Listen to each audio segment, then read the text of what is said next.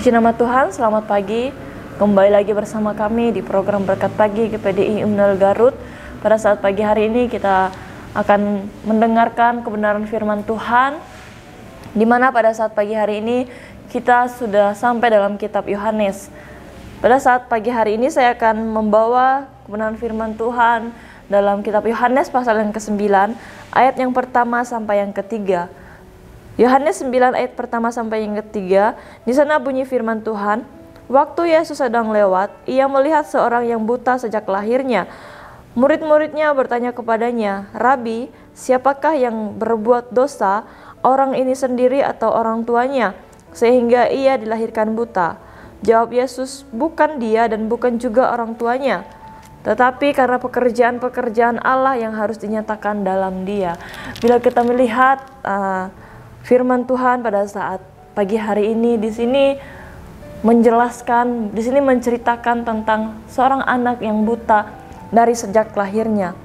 Bahkan sampai di sini murid-murid Tuhan Yesus bertanya, apakah yang mengakibatkan anak ini buta? Apakah karena dosa yang diperbuatnya atau dosa orang tuanya?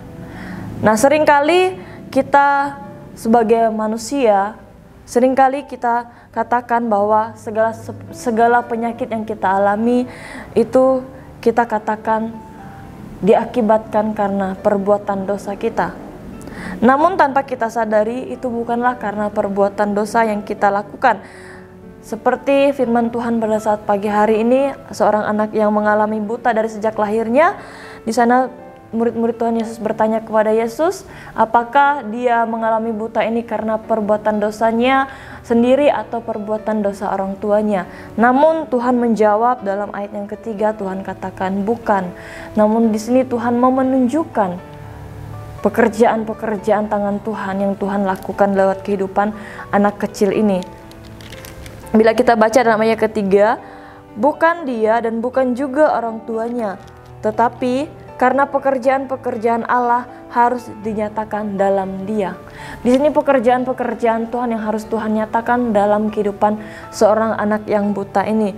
Makanya bukan karena perbuatan dosa dari diri dia sendiri atau perbuatan dosa dari orang tuanya. Namun Tuhan mau menunjukkan cara Tuhan bekerja, menunjukkan kuasa Tuhan yang akan Tuhan nyatakan lewat kehidupan anak kecil ini. Nah, bila kita melihat apa yang terjadi dalam kehidupan seorang anak ini, apakah dengan anak ini mengalami buta dari kecil, ini menandakan Tuhan itu tidak peduli, Tuhan itu jahat? Tentu tidak. Tuhan yang menciptakan kita sebagai umat manusia, Tuhan yang mengetahui, Tuhan yang mengenal, Tuhan yang tahu apa yang terbaik buat kehidupan kita. Tuhan yang mengetahui apa yang terbaik buat seorang anak kecil yang buta ini.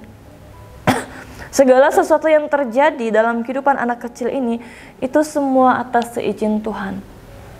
Begitu juga dengan kehidupan kita. Apapun yang terjadi, apapun yang kita alami, mungkin seringkali kita salahkan Tuhan atas hal-hal yang kita alami, atas sakit penyakit yang kita derita. Sering kali kita salahkan Tuhan, kenapa ini bisa terjadi dalam kehidupan saya? Namun kita harus menyadari Bapak Ibu Saudara, segala sesuatu yang terjadi dalam kehidupan kita, itu semua atas seizin Tuhan. Seperti seorang anak kecil ini, dia mengalami buta sejak lahir. Tuhan itu mengetahui, Tuhan mengenal, Tuhan tahu bahwa anak kecil ini mengalami kebutaan karena dia yang menciptakan. Oleh sebab itu, mari kita sebagai orang percaya, kita belajar pada saat pagi hari ini. Karena Tuhan punya rencana, Tuhan punya tujuan yang baik untuk hidup kita. Apapun yang terjadi, mari kita harus belajar untuk katakan terima kasih Tuhan. Karena segala sesuatu yang terjadi seperti saya katakan tadi, itu semua atas seizin Tuhan.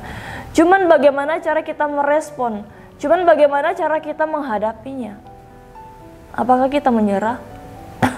Apakah kita berhenti di situ saja? Tentu tidak. Anak kecil yang buta ini, dia tidak pernah mengetahui bahwa dia bisa sembuh. Namun bila kita melihat Ada sesuatu hal yang Tuhan lakukan, yang Tuhan kerjakan dalam kehidupan seorang anak kecil yang buta dari sejak lahirnya. Mungkin hal ini secara pemikiran kita, secara kasat mata kita melihat, kita mendengar, ini hal yang tidak masuk akal. Hal yang mungkin tidak mungkin terjadi. Tapi inilah cara Tuhan bekerja lewat kehidupan seorang anak kecil yang buta. Bila kita melihat juga dalam ayat selanjutnya, dalam ayat yang ke-4 sampai yang ke-7, di sana cara Tuhan melakukan sesuatu hal yang luar biasa. Apa yang Tuhan lakukan? Tuhan meludah ke tanah dan Tuhan mengaduk-ngadukkan ludahnya itu, Tuhan aduk dengan tanah. Setelah itu Tuhan oleskan ke mata seorang anak kecil yang mengalami kebutaan ini. Dan apa yang terjadi? Sungguh luar biasa cara Tuhan bekerja. Secara pemikiran kita, secara mata kita melihat sangat-sangat tidak mungkin. Bahkan ketika kita mendengar hal ini, mungkin kita berkata ini sangat jorok. Ini sangat menjijikan. Masa air liur kita satukan dengan tanah, kita oles ke mata.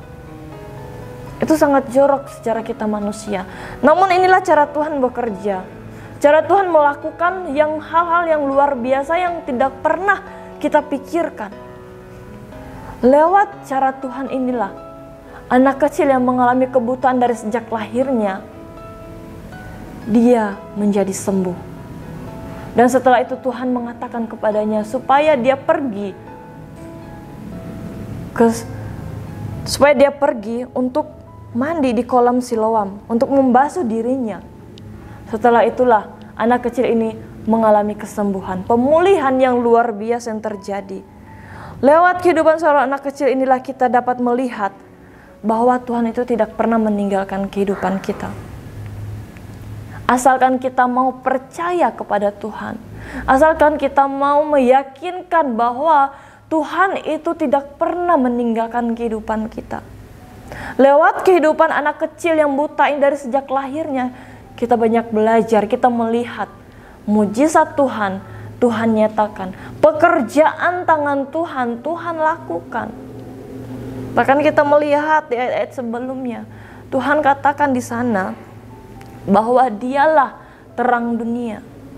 Terkadang mungkin kita membutakan mata kita secara rohani. Hal-hal yang baik yang Tuhan lakukan, hal-hal yang baik yang Tuhan kerjakan dalam kehidupan kita, terkadang kita katakan itu tidak baik, itu hal yang salah. Namun tanpa kita sadari, Bapak Ibu Saudara, inilah yang Tuhan kerjakan, inilah yang Tuhan lakukan. Oleh sebab itu, mari kita harus percaya kepada Tuhan. Kita harus mengingat pekerjaan tangan Tuhan.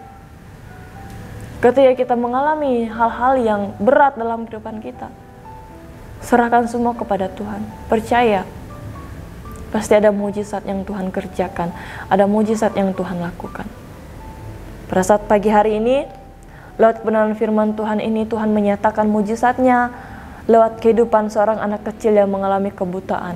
Dia mengalami kebutaan bukan karena dosa yang diperbuat oleh orang tuanya atau oleh dirinya sendiri, namun dia buta karena Tuhan mau menunjukkan kuasa Tuhan, mujizat Tuhan, pekerjaan tangan Tuhan, supaya kita sebagai umat-umat Tuhan, kita melihat bahwa Tuhan tidak pernah meninggalkan kehidupan kita. Puji nama Tuhan, inilah kebenaran firman Tuhan. Kiranya firman Tuhan menjadi berkat dan kekuatan dalam kehidupan kita. Immanuel, Allah beserta kita. Kami perlu Kau Tuhan.